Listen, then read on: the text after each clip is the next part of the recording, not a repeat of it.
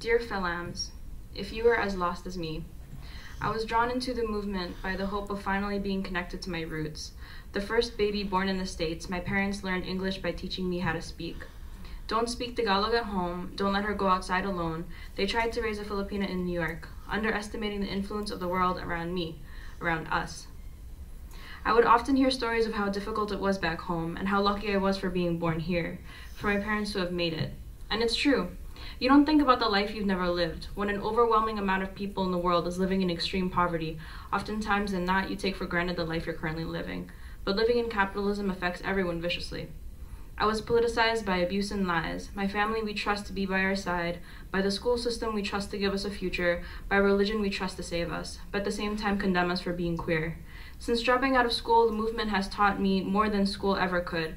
How to answer these questions critically, and about how navigating life doesn't mean you have to do it alone, and about how, until people are liberated from the exploitive chains of imperialism, capitalism, and patriarchy, will we be actually free.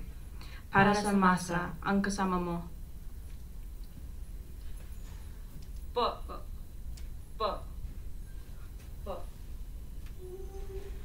Diaspora is heartbreak, fragmented families, ties broken, broken bodies, words erased, connections lost. Isa. When my pre-K teacher threatened to leave me back because I dirtied her classroom in my Tagalog, erasing the words my parents passed down to me only to perform ones forced down my throat. Dalawa. When I chanted, Lumalukas, lumaluwak, and people chanted back, Lumalaban, anak bayan, without question and with only more intensity and volume and heart. Tatlo. When my ninangs and titas and nanay lost the jobs they left home for to support their families, when their own value was compromised because the labor was taken away from them. Apat. When my mother and I cried in the restaurant, stripping ourselves bare to each other, mother to daughter, sister to sister, person to person, because we thought that we always had to be strong for each other, because we had always thought that there was strength in silence. Lima. When we asked each other to do better, to step up, to be present, to better support each other. Anim. When we shared our stories at 5 a.m., though our bodies were tired and our eyes burned, because we wanted to know what brought us here, about the love and pain and struggle that brought us to this work that united us. Pito. When my kasama thanked me for helping them survive, mga kapitit ko, I will love you fiercely and always. Walo.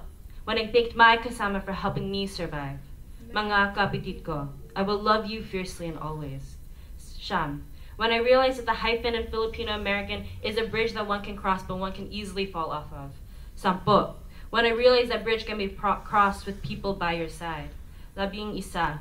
When I realized that we, the people, are the bridge. Dose. When I realized that though we call New York home, that the Philippines will always be back home. Diaspora is heartbreak, but heartbreak can be healed and healing is becoming whole again. Mga kapitit ko, I will love you fiercely and always.